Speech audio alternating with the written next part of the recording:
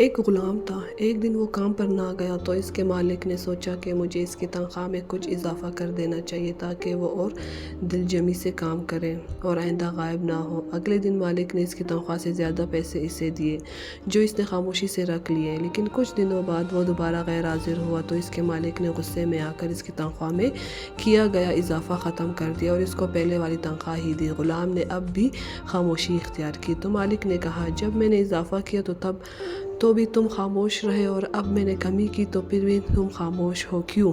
تب غلام نے جواب دیا، جب میں پہلے دن غیر حاضر تھا تو اس کی وجہ بچے کی پیدائش تھی۔ آپ کی طرف سے تنخواہ میں اضافے کو میں نے وہ رزق خیال کیا جو وہ اپنے ساتھ لے کر آیا، اور جب میں دوسری مرتبہ غیر حاضر تھا تو اس کی وجہ میری ماں کی وفات تھی، اور آپ کی طرف سے تنخواہ میں کمی کو میں نے وہ رزق خیال کیا جو وہ اپنے ساتھ واپس لے گئی۔